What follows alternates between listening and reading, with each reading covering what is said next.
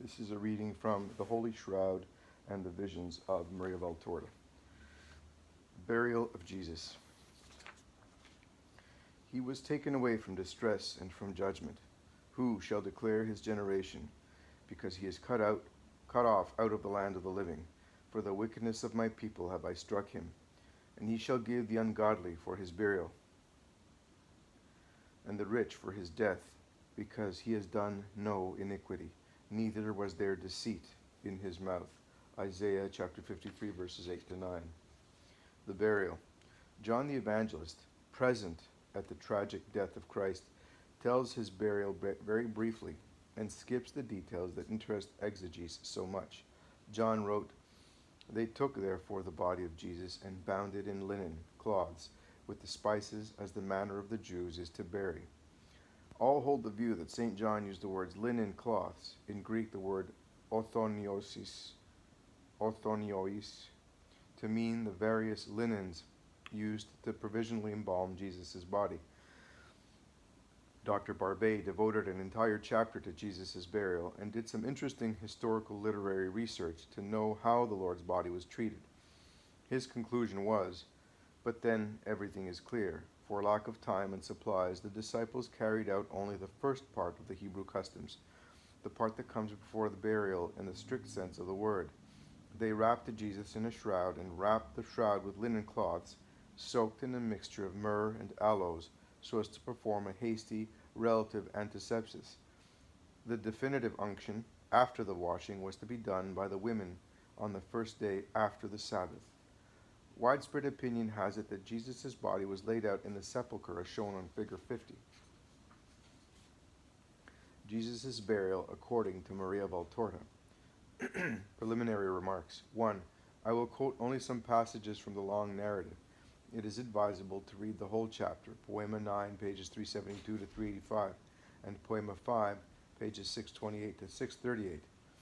According to Maria Valtorta, 2 shrouds were used to bury Jesus. The first was used to take him down the cross and carry him to the sepulchre.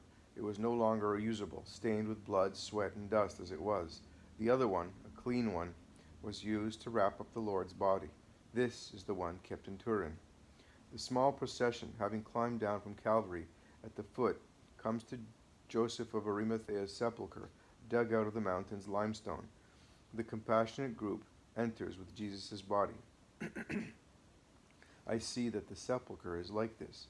It is a room carved in rock, at the back of a garden all in bloom. It looks like a cave, but it is obviously man-made.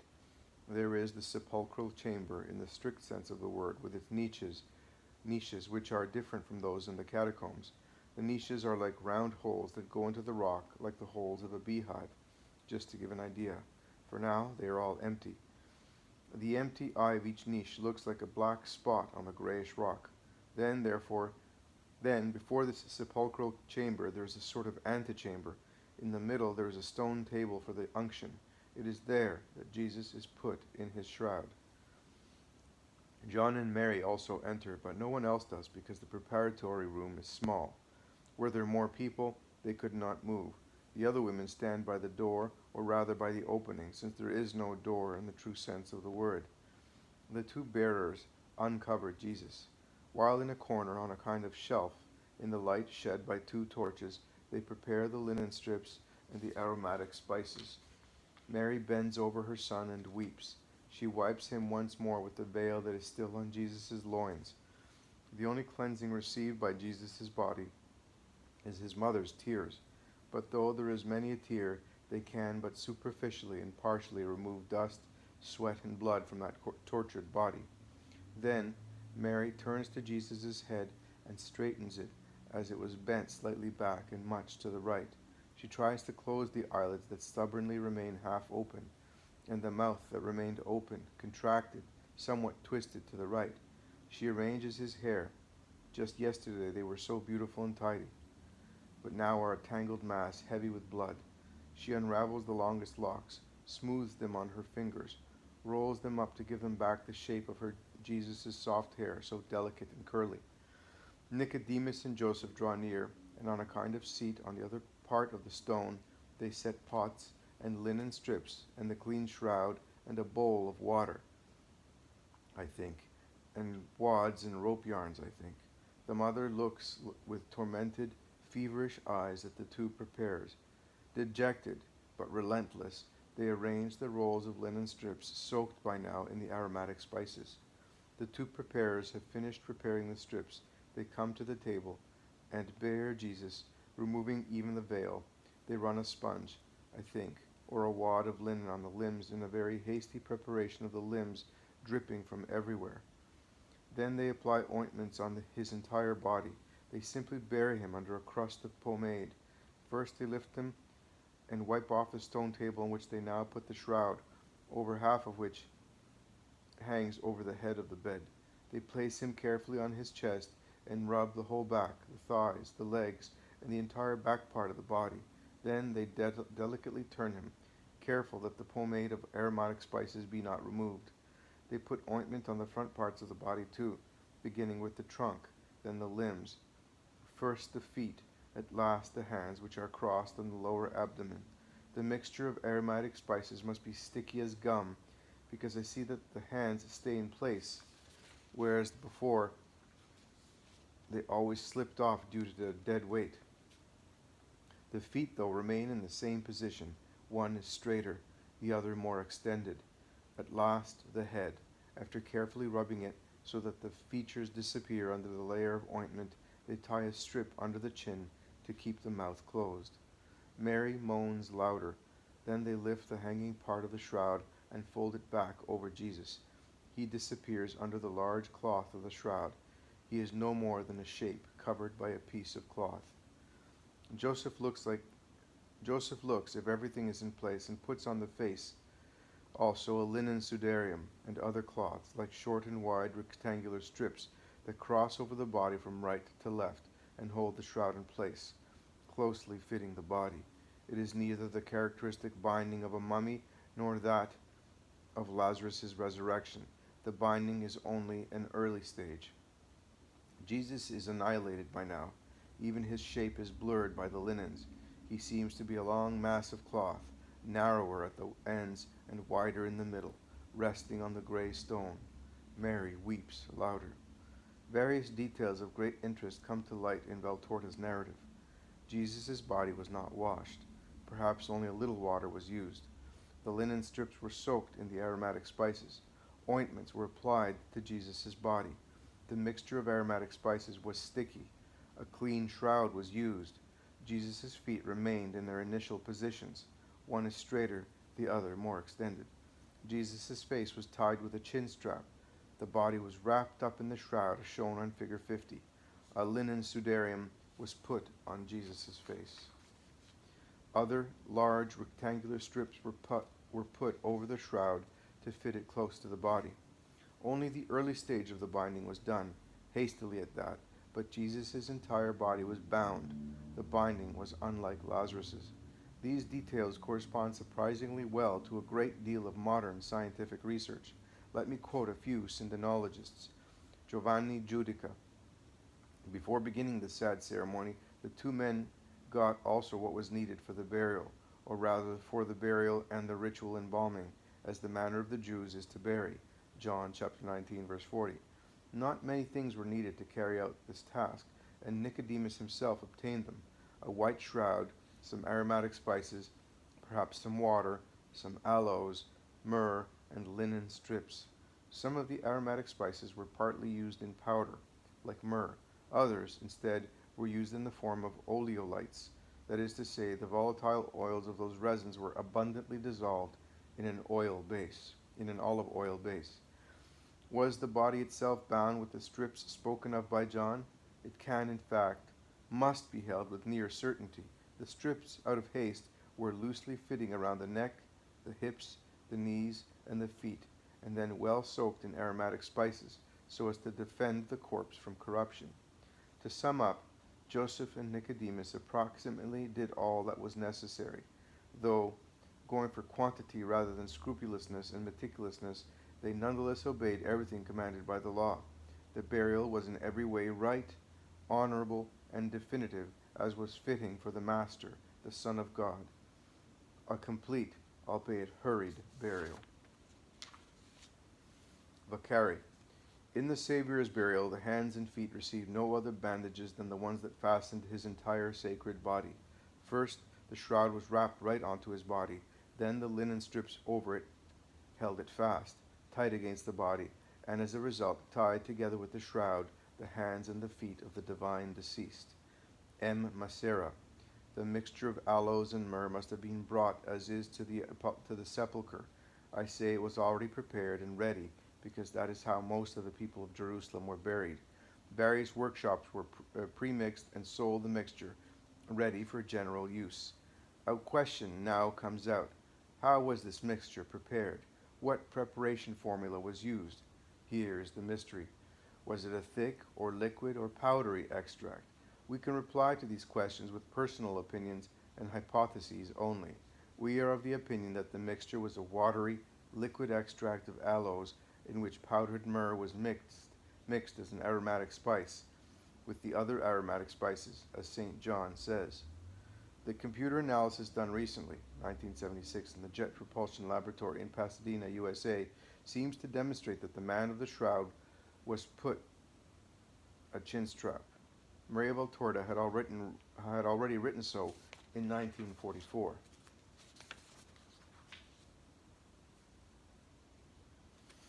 Figure 61, G. Kyle, Nettuno, Italy, 1978. Face of Christ, Indian ink on paper prepared with white acrylic.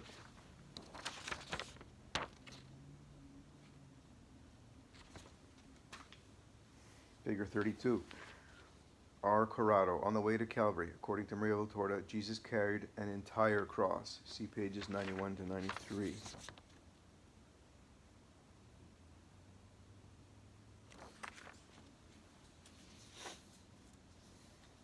Figure 33.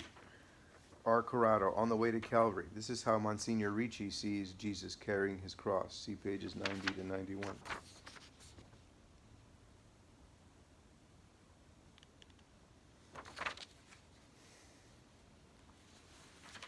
Figure 34, National Museum of Munich, Christ bearing the cross, 13th century sculpture. Some synodologists think that Jesus carried to Golgotha not an entire cross, but only the horizontal beam. They cannot tell, however, how he would have carried it, whether as shown on this figure, or with both arms tied to the horizontal beam, sitting on his shoulders.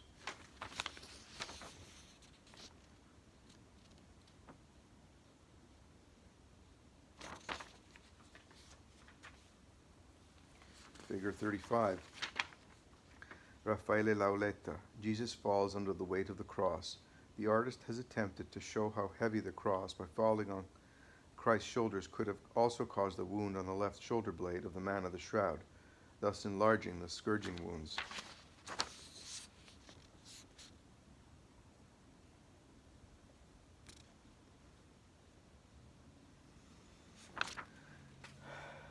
Figure 36. R. Corrado. Jesus nailed to the cross. Some believe that Jesus would have been nailed to the horizontal beam of the cross on the ground. This beam would then have been raised and interlocked with the vertical beam previously driven into the ground. See pages 105 to 106.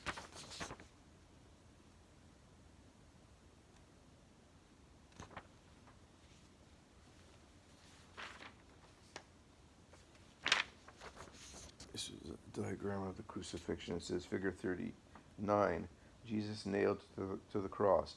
Maria Valtorta wrote that Jesus was nailed to a whole cross on the ground by 4 executioners. The cross was then raised. Note that Valtorta says Jesus' right hand was nailed at the wrist. Editor.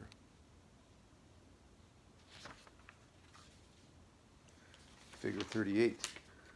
J.F. Overbeck, Via Crucis, 1857. Jesus nailed to the cross. Like almost every artist, Overbeck depicts Jesus nailed onto the whole cross on the ground with the crown of thorns on his head, a triple cordon of thorns. Jesus lies down as a victim on the cross, as the host on the paten on the altar. The scene matches Valtorta's vision by and large. Poema 9, pages 343 ff. See also Poem Volume 5, page 607 ff.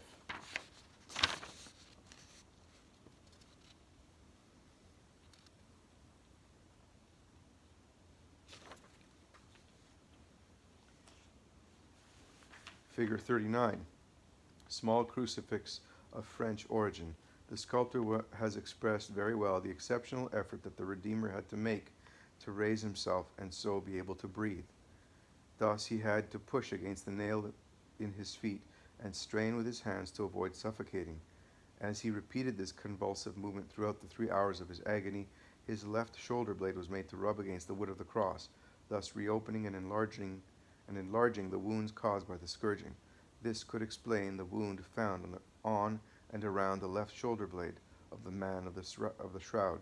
See pages 97 and 98.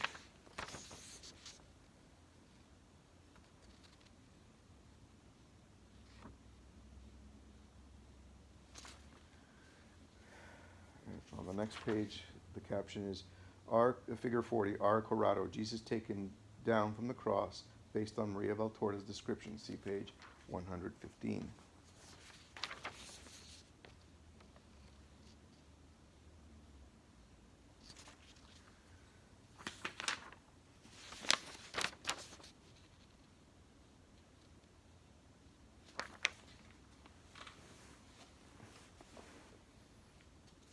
This is two halves of a picture that spans the entire book, so you can't really see it properly. I'll show you the other half. It says, R. Corrado, Jesus carried to the sepulcher according to Valtorta. Joseph of Arimathea is holding Jesus' feet. John and Nicodemus his shoulder. See page 115.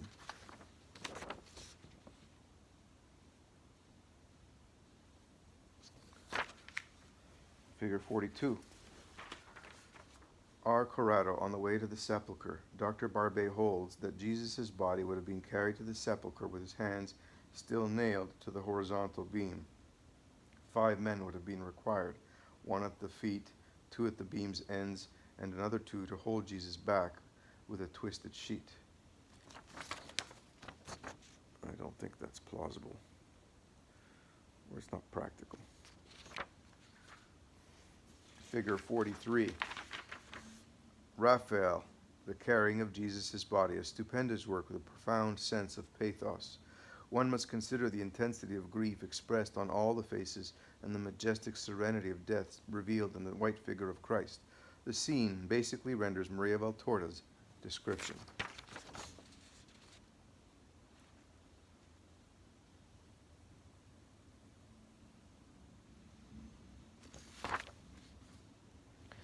Figure 44.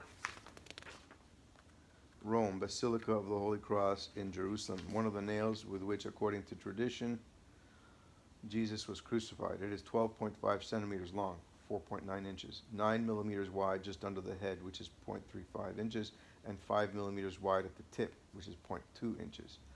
And you can't really see it very well because the picture is dark. Then figure 45. Rome, Basilica of the Holy Cross in Jerusalem, the precious and artistic reliquary which is said to contain 3 fragments of the Lord's cross. Tradition has it that Saint Helena, mother of Emperor Constantine, found the Lord's cross when excavations were made to build the Holy Sepulcher in Jerusalem. And these are the purported shards of the cross. I've seen those personally.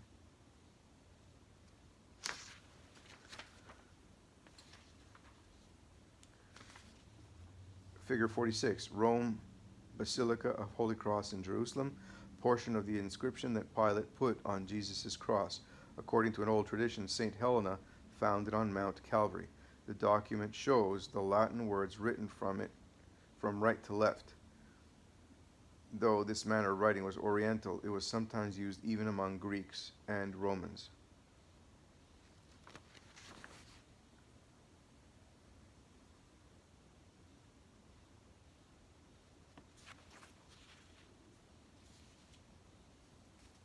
Figure 47, R. Corrado, Nettuno, Italy, 1978, Jesus dying.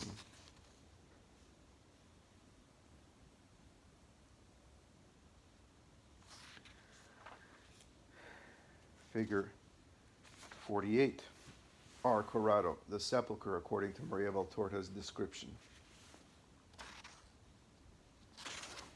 So that would be the burial plinth or the unction stone as they call it, and the little coves in the wall.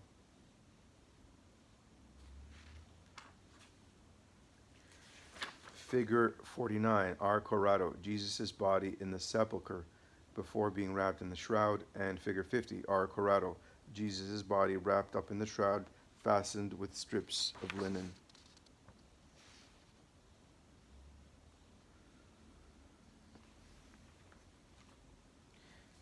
Figure 51, the Tunic of Argente, France.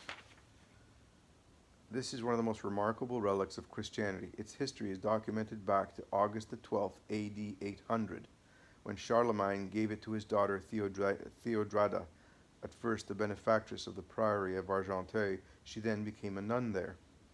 Charlemagne had received it from the Empress of Constantinople, Irene, who jealously guarded the important relics of Jesus' passion that were venerated in various cities of the empire. These are believed to have been found and collected by Saint Helena, the mother of Emperor Constantine. Historians, on the whole, do not doubt the authenticity of this holy relic. Tradition, history, and modern science have ascertained that the fabric dates back to Jesus' time and hails from his country.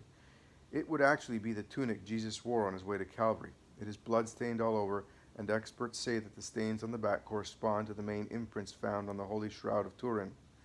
The stain corresponding to the right shoulder clearly shows that the tortured one must have carried a heavy weight on his back, which also caused other lacerations along his backbone.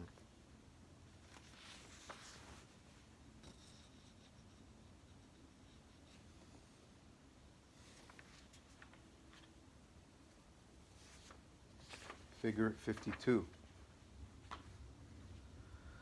According to Maria Valtorta, when Peter and John entered the sepulchre after Jesus' resurrection, they would have seen something like the above photograph, the linen strips on top of a dirty shroud, and also the clean shroud carefully rolled up inside the sudarium, or veil. See pages 164 and 165.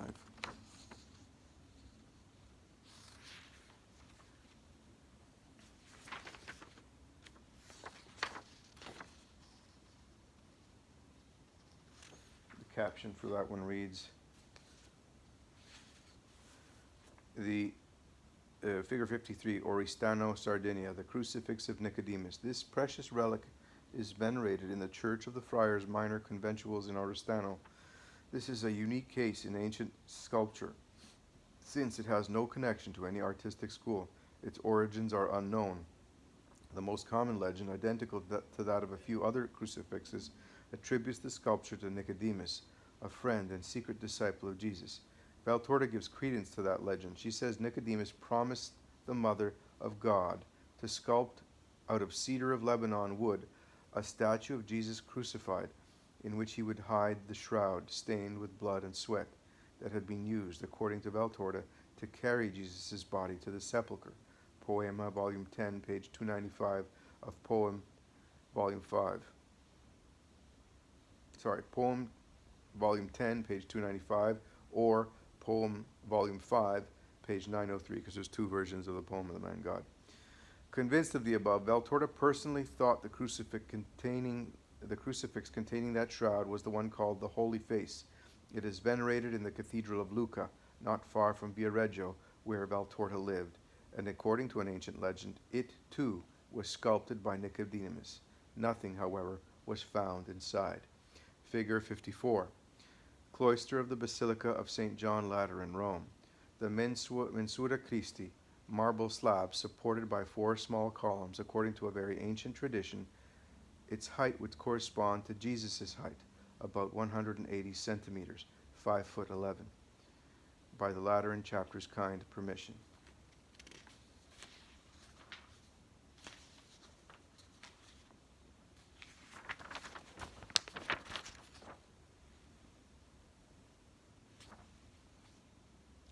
Figure 55. Ar Corrado, Our Lady of Sorrows. The Mother of Jesus is standing by the unction stone and caresses and contemplates and moans and weeps.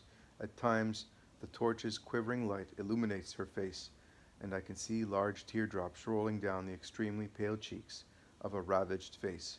Maria Valtorta, Poema, Volume 9, page 374, or also Volume 5, page 360. So this would be an image of Our Lady crying after the death of Jesus. Figure 56. There's a lot of figures.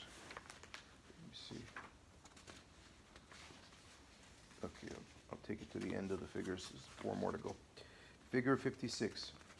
Our Corrado, the death of Jesus. And then suddenly, while the volleys of thunderbolts are bursting about, the earth quakes as a cyclonic whirlwind breaks out.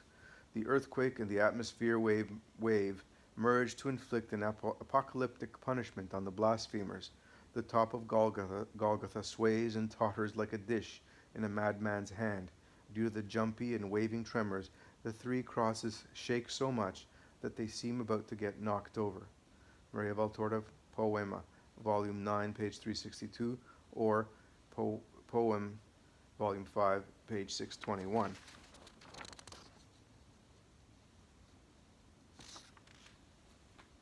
Figure 57.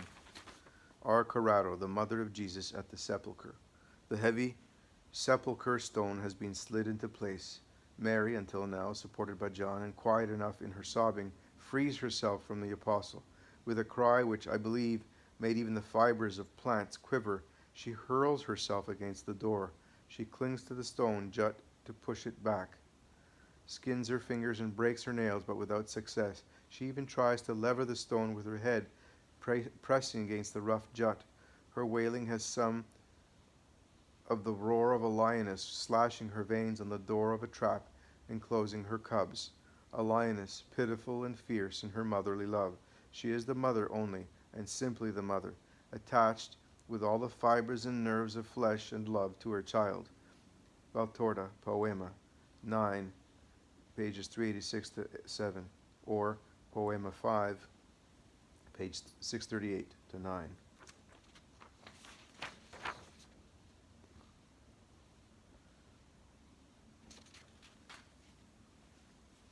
Figure 59. Figure 58. Our Corrado, the resurrection, coming from unknown depths, an incredibly bright meteor comes down swiftly towards the earth, shedding a light so strong, phantasmagorical, and frightful in its beauty that the rosy light of dawn is cancelled out, overcome by this white incandescence. The guards raise their heads, astounded also because the light is accompanied by a powerful, harmonious, solemn rumble that fills with itself all creation. The meteor falls against the sepulchre's useless barrier, tears it out and demolishes it, and strikes with terror and thunder the guards set up as jail-keepers of the ruler of the universe. Maria Valtorta, Poem, Volume 10, page 23. Also see Poem, Chapter 5, Volume 5, pages 699 to 700. On Figure 59, I'll show you the next.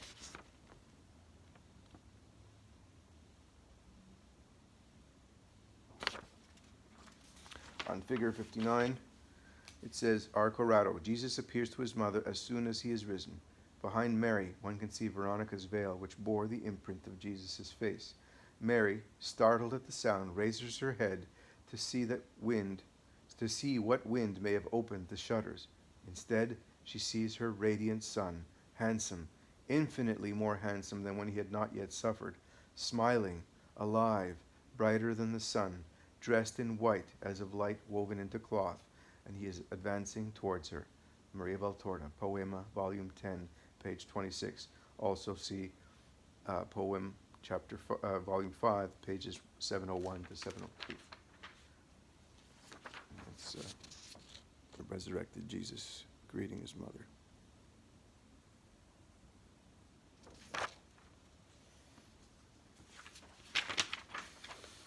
Figure 60. A. Buatti, Nettuno, Italy, 1974. Face of Christ.